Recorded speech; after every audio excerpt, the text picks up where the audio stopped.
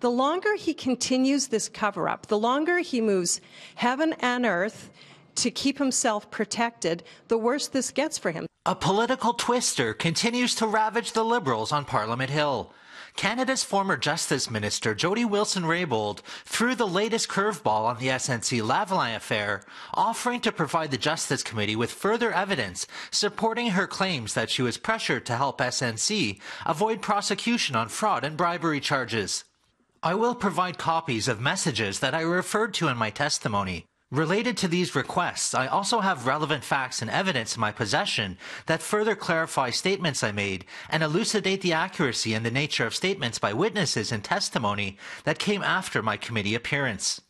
This latest twist follows claims by Jane Philpott in a Maclean's interview that there was more to be told about the issue that Canadians should know about.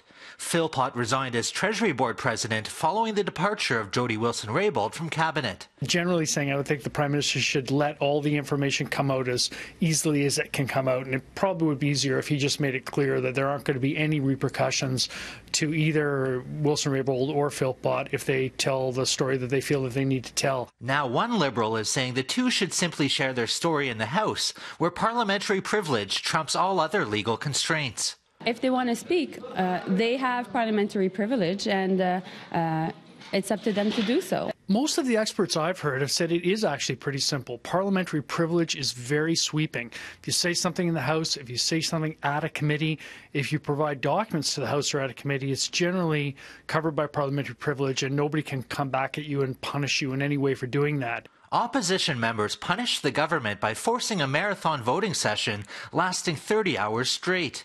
I don't blame these women for wanting to be very, very careful and not get in the crosshairs of the Prime Minister.